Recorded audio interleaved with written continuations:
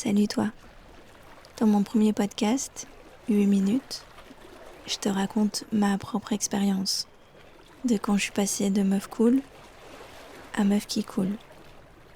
J'avais besoin, je crois, de remettre du réel sur un sujet qui était devenu un peu trop tendance, un peu trop mignon. Parce que la santé mentale, c'est devenu un sujet cool.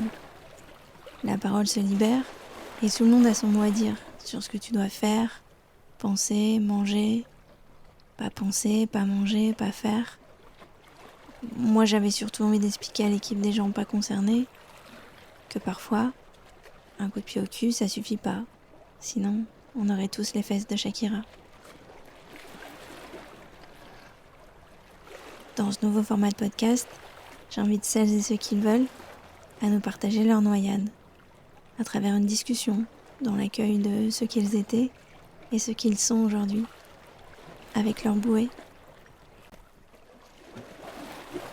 Alors, dans cette conversation de l'intime, on va pas rentrer dans les raisons, dans le personnel, dans les histoires, parce que peu importe les diagnostics, les mots qui sont posés ou pas, on n'est pas là pour montrer, pour prouver à quel point on a bu la tasse, non.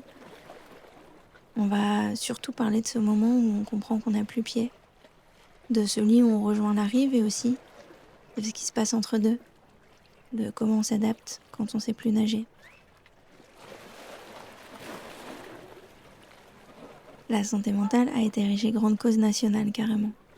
Et si t'as pas fait de burn-out, t'as raté ta vie. Mais en vrai, derrière l'annonce, ça fait quoi d'être dans l'équipe des plongeurs des profondeurs? C'est quoi le réel des gens qui coulent en silence et qui avancent en apnée? Mais parce que l'important, c'est pas la chute, c'est l'atterrissage. Ces nageuses et nageurs en eau trouble nous racontent aussi leur arrivée sur l'île merveilleuse de la guérison. La mer qui se calme et berce à nouveau. Et quand on se sent enfin comme un poisson dans l'eau. Et tu vas voir, c'est trop cool.